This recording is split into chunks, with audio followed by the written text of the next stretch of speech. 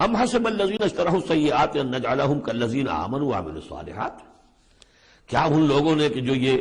بری باتوں کا ارتکاب کر رہے ہیں انہوں نے یہ سمجھا ہے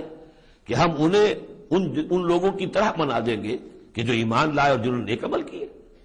سواء محیاہم و مماتہم، ان کی برابری ان کی زندگی ہو جائے گی اور ان جیسی ان کی موت ہو جائے گی، ساء ما یحکمون، کیا برا فیصلہ ہے جو یہ کر رہے ہیں۔ یعنی دنیا میں جو کچھ ہو رہا ہے، لیکن یہ کہ آخرت میں تو اللہ تعالیٰ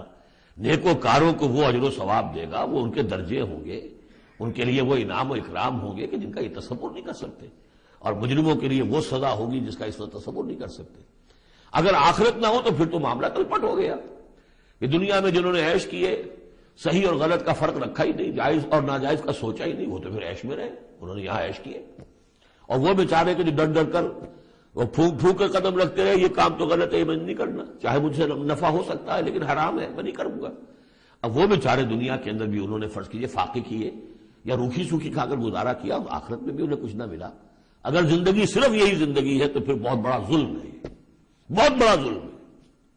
اس لیے کہ جو بھی نیکوکار ہے پھر اس پر تو بہت بڑا ظلم ہے۔ اس حوالے سے قرآن کہتا ہے کہ جو آخرت کو نہیں مانتا وہ در حقیقت ہمارے عدل کا منکر